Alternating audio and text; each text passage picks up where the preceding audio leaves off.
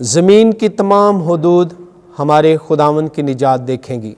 کلام مقدس میں سے ہمارے لیے آج کی پہلی تلاوت اشعیاء نبی کا صحیفہ، اس کا 52واں باب اور اس کی 7ویں آیت سے 10ویں آیت مقدسہ تک۔ خداوند فرماتا ہے، پہاڑوں پر اس مبشر کے قدم کیا ہی خوشنما ہیں جو سلامتی کی بشارت دیتا ہے، یعنی اس کے جو خیریت کی خوشخبری دیتا اور نجات کی باتیں سناتا ہے، اور جو صہیون سے کہتا ہے کہ تیرا خدا مسلط ہوگا۔ تیرے پہرہ داروں کی آواز ہے، وہ اپنی آواز بلند کرتے اور مل کر للکارتے ہیں، کیونکہ جب خداوند صہیون میں واپس آئے گا تو وہ اپنی آنکھوں سے یہ دیکھیں گے۔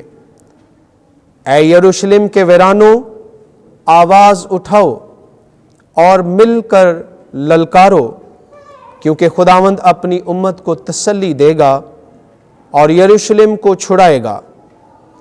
خداوند اپنا مقدس بازو تمام قوموں کی آنکھوں کے سامنے ظاہر کرے گا، اور زمین کی تمام اطراف ہمارے خدا کی نجات دیکھیں گی۔ پاک کلام کے پڑھے اور سنے جانے پر خدا کی برکت ہو۔ زبور 98 جماعتی جواب۔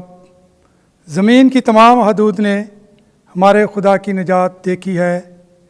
خداوند کے لیے ایک نیا گیت گاؤ، کیونکہ اس نے تعجب انگیز کام دکھائے ہیں۔ اس کے دست راست نے اور اس کے قدوس بازو نے اسے فتح بخشی ہے۔ جماعتی جواب۔ زمین کی تمام حدود نے ہمارے خدا کی نجات دیکھی ہے۔ خداوند نے اپنی نجات ظاہر کی ہے، اس نے غیر قوموں کے روبرو اپنا عدل منکشف کیا ہے۔ اس نے اسرائیل کے گھرانے کی خاطر اپنی رحمت اور وفا یاد فرمائی ہے۔ جماعتی جواب۔ زمین کی تمام حدود نے ہمارے خدا کی نجات دیکھی ہے۔ زمین کی تمام حدود نے ہمارے خدا کی نجات دیکھی ہے۔ اے تمام ممالک، خداوند کے لیے للکارو، شادمانی اور خوشی اور مدح سرائی کرو۔ جماعتی جواب۔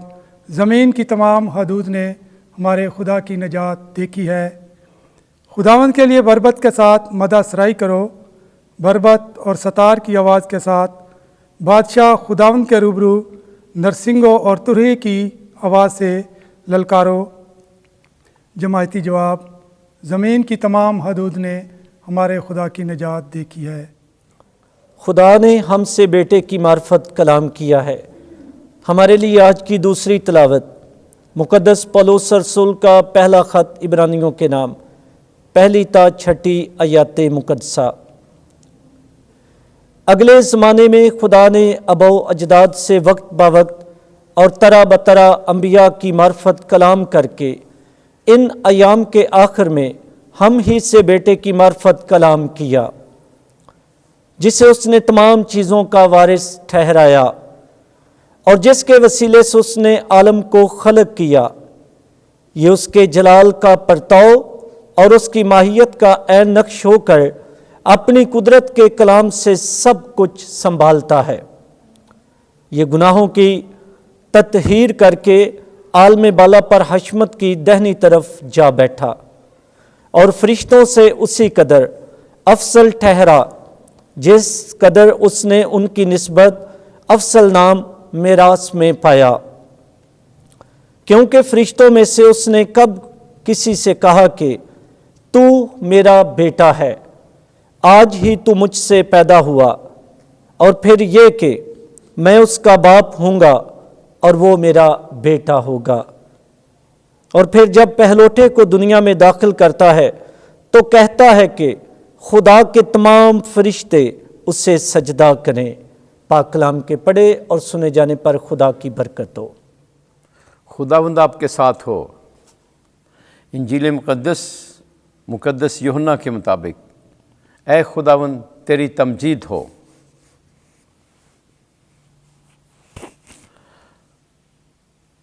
پہلا باب پہلی آیت سے 18ویں آیت تک۔ کلمہ متجسد ہوا اور ہمارے درمیان رہا۔ ابتدا میں کلمہ تھا اور کلمہ خدا کے ساتھ تھا اور کلمہ خدا تھا۔ یہی ابتدا میں خدا کے ساتھ تھا، اسی سے سب کچھ پیدا ہوا۔ ایک بھی چیز جو پیدا ہوئی اس کے بغیر پیدا نہ ہوئی۔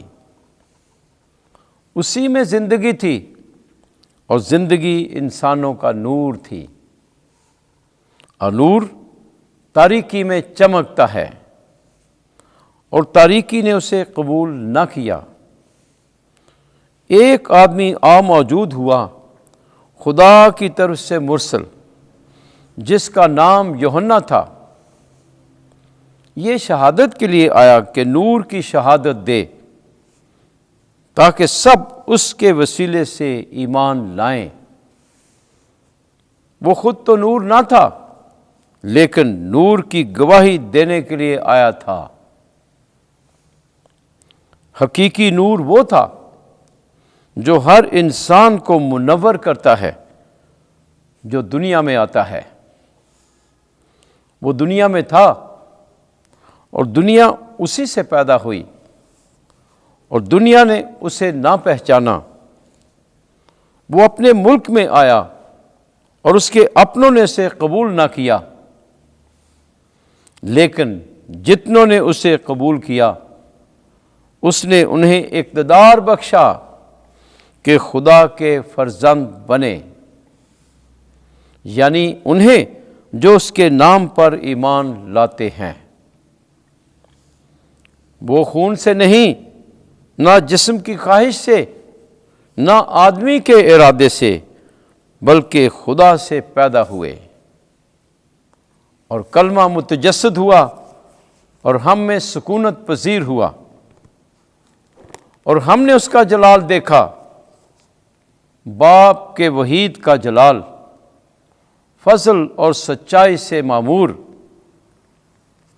یوحنا اس کی بابت شہادت دیتا ہے اور پکار کر کہتا ہے، یہ وہی تھا جس کے حق میں نے کہا کہ جو میرے بعد آتا ہے وہ مجھ سے مقدم ٹھہرا، کیونکہ وہ مجھ سے پہلے تھا۔